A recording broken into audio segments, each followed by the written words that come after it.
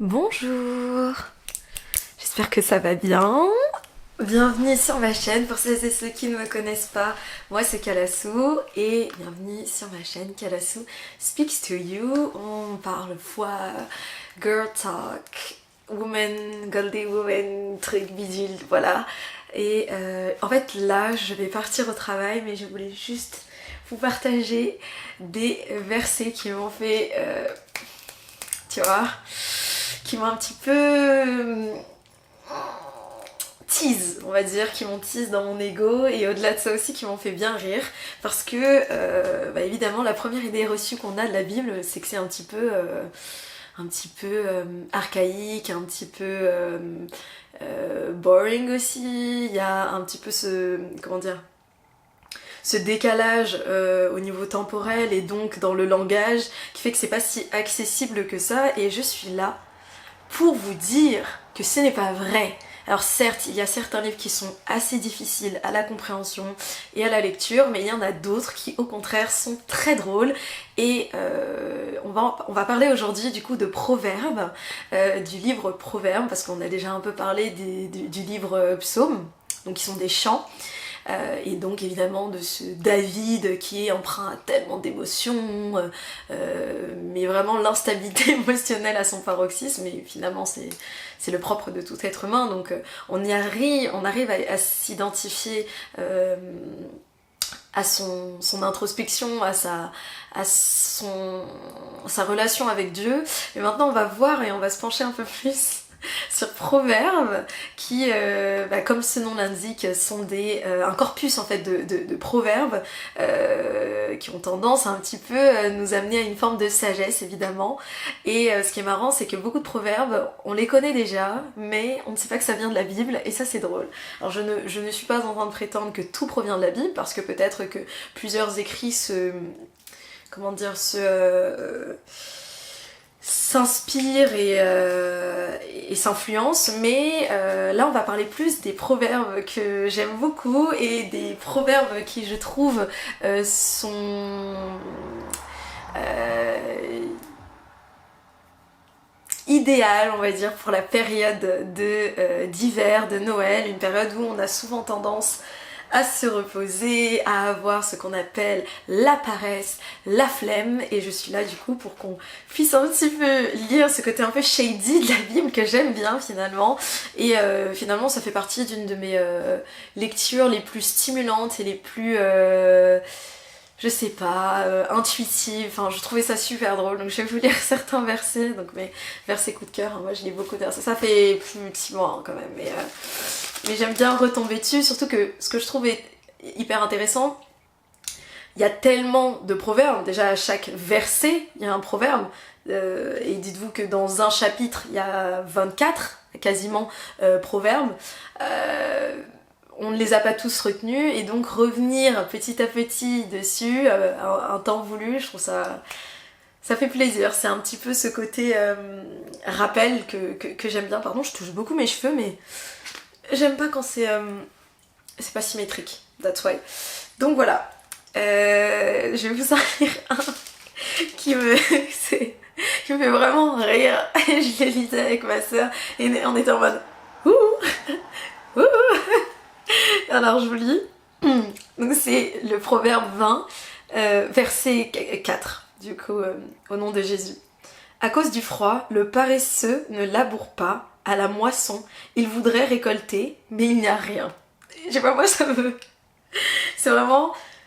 Travaille pas, t'auras rien. Ne crée rien, tu n'auras rien. Et en fait ça s'applique pas forcément évidemment sur un plan superficiel et sur un plan matériel, mais ça s'applique en fait dans tout. Si tu ne fais pas d'efforts dans quoi que ce soit, tu ne moissonneras rien. Si tu ne fais pas d'efforts pour tes études, tu ne moissonneras rien. Si tu ne fais pas d'efforts dans ton travail, tu ne moissonneras rien. Et tu ne récolteras rien, pardon. Si tu ne crées pas une forme de relation avec telle ou telle personne, eh bien tu n'auras rien. Et en fait c'est ça qui est intéressant, c'est que vous voyez, quand je vous ai dit Dieu fait beaucoup de choses, oui, mais là c'est des versets qui te montrent aussi que toi tu vas devoir faire quelque chose. c'est comme je pêche tout le temps, je peux pas avoir que du positif. Alors oui, je vais me repentir, mais voilà, vous voyez ce que je veux dire? Il en vient de même dans tous les aspects de la vie, et je trouve que ce verset il est tellement pertinent parce qu'on a souvent tendance à dire ah ouais, je laisse tout entre les mains de Dieu, et c'est vrai, c'est vrai. Mais vous ne mangerez pas de ce pain-là, pas de pain de la paresse. Et donc là, à un moment donné, le paresseux, eh ben, il pourra pas labourer à cause du froid. Bref, hein, tu comprends ce que je veux dire. C'est la paresse, le manque de courage, le manque de... je sais pas, d'optimisme parfois. Et donc, personne n'a dit que ça allait être facile de labourer, surtout dans des périodes difficiles. Mais justement, lorsque ce sera le temps de la récolte, si tu ne laboures pas, t'auras rien. Bref, je pense que c'était assez explicite. Il y en a d'autres aussi que j'aime beaucoup. Du même chapitre. Du même chapitre ? Oui. Le verset 13. N'aime pas le sommeil, de peur que tu ne deviennes pauvre. Ouvre les yeux, tu seras rassasié de pain. Ça aussi, je le trouve pertinent. Et il y a tellement de... comment dire ? De deuxième interprétation que je trouve super intéressant de partager avec ton entourage chrétien ou non, parce que justement ça mène à une proximité spirituelle et à une réflexion qui je sais pas, qui amène vraiment à une stimulation un peu intellectuelle, et ça j'aime beaucoup, pour être honnête. J'en ai aussi d'autres.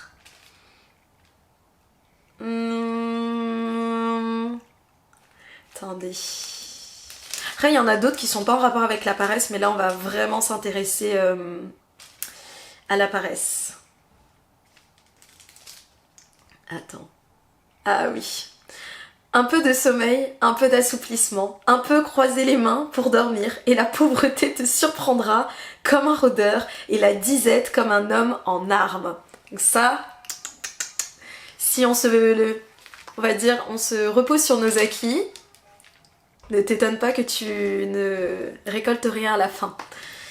Donc ça aussi, c'est la notion, au-delà de la paresse, c'est la notion d'ego aussi à démonter. Donc ça, c'est important. Et de toujours, voilà, être quand même en pleine action, et voilà. Il y en a plein d'autres aussi, mais qui sont hors rapport avec la paresse. Par exemple, ne te réjouis pas de la chute de ton ennemi, et que ton cœur ne soit pas dans l'allégresse quand il chancelle. Ou alors, je sais pas, c'est des verbes, des versets, des vers, pardon, j'allais dire verbes, des vers. Écoute mon fils et sois sage, dirige ton cœur dans la voie droite.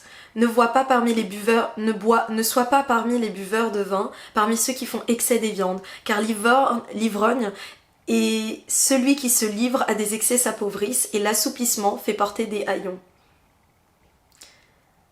Écoute ton père, lui qui t'a engendré, et ne méprise pas ta mère quand elle est devenue vieille, acquiert la vérité et ne la vend pas, la sagesse, l'instruction et l'intelligence.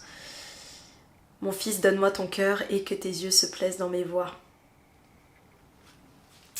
Plein de choses, hein, qui nous avertit finalement de manière sage à tout, finalement, au womanizer, au manizer, je sais pas si ça se dit, aux excès en fait finalement du monde parfois, et je trouve ça hyper intéressant, nous encourage à finalement toujours être dans le droit chemin, nous encourage à ne pas parler plus vite, à écouter, nous encourage à pardonner, nous encourage à ne pas juger les autres, nous encourage à nous intéresser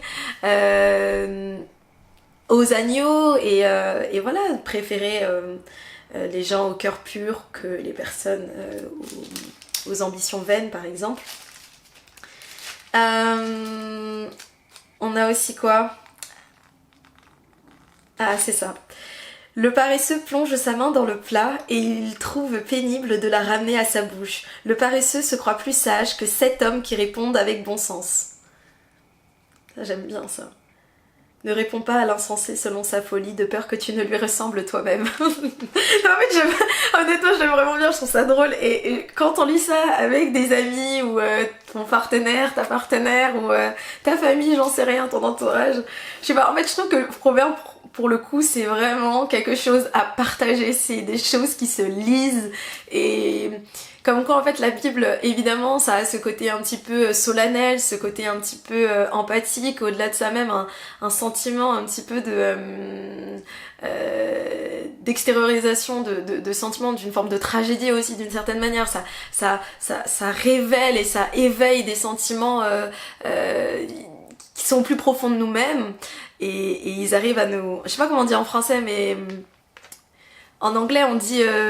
Ah si, normalement il y a une expression qui dit ça mais en anglais on dit it's reading you, il te lit comme dans un livre ouvert, c'est un peu ça. Et en fait ça c'est très drôle. En fait Robert je trouve ça super drôle et ça me fait rire parce que je suis en mode ouh, jump scare. Tu vois, ne révèle pas le secret d'un autre de peur qu'en l'apprenant il ne te couvre de honte et que ta mauvaise renommée ne s'efface pas. Oh, connais bien chacune de tes brebis, donne tes soins à tes troupeaux, car la richesse ne dure pas toujours, ni une couronne éternellement. Amen. Amen, amen. Celui qui soigne un figuier en mangera le fruit, et celui qui garde son maître sera honoré. J'aime bien celui-là aussi. Heureux l'homme qui est continuellement dans la crainte, mais celui qui endurcit son cœur tombe dans le malheur. Je sais pas si crainte veut dire dans la crainte de Dieu, et ça je pense que c'est le cas, mais je pense aussi c'est dans l'amour. Heureux l'homme qui est continuellement dans l'amour, mais celui qui endurcit son cœur tombe dans le malheur. J'ai essayé de me poser la question aussi. Et justement, c'est pour ça que je trouve ça pertinent, d'autant plus de partager les versets. Et comme Dieu nous le conseille de partager la foi, ça fait vraiment plaisir. Hein. Et c'est ce qu'il attend de nous. Hein. Il le dit à nombre de fois, qu'on n'est pas seul dans cette bataille et qu'au-delà de ça, c'est pas qu'une bataille non plus, quoi. C'est aussi... passer un bon moment, partager, et ça résonne toujours dans le cœur de quelqu'un sans qu'on s'en rende compte, donc je trouve ça super intéressant et ça crée des souvenirs. Moi j'ai appelé ma soeur la dernière fois et j'étais en mode attends mais faut que je te laisse inverser et on était là en train de dire oh wow Jesus saying something, ouh et ça me fait rire. Pardon je suis désolée, je suis euphorique mais parce que déjà, quelle belle grâce, merci pour ce souffle de vie et puis ça fait plaisir et puis même si bon dans la vie ça va pas toujours tout rose, bah je vous partage ça parce que je trouve ça drôle.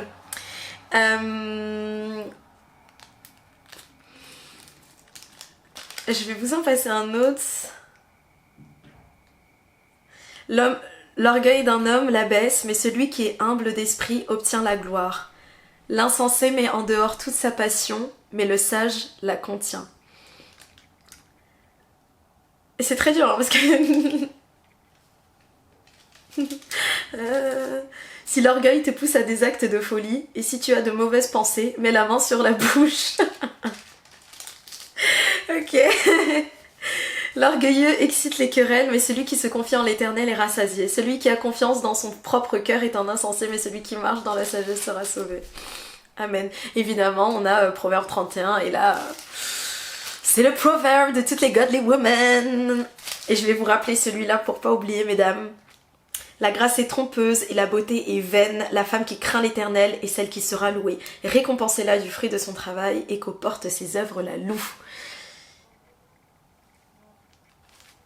La godly woman, elle s'inquiète de rien parce que her father is here for her et en fait tout ira bien et que restez dans la foi, faites les bonnes choses avec votre amour, jamais remettre en question l'amour que vous avez à l'intérieur. On n'est pas dans le monde où il faut faire la meuf inaccessible, la meuf de je sais pas quoi, la meuf de... Non.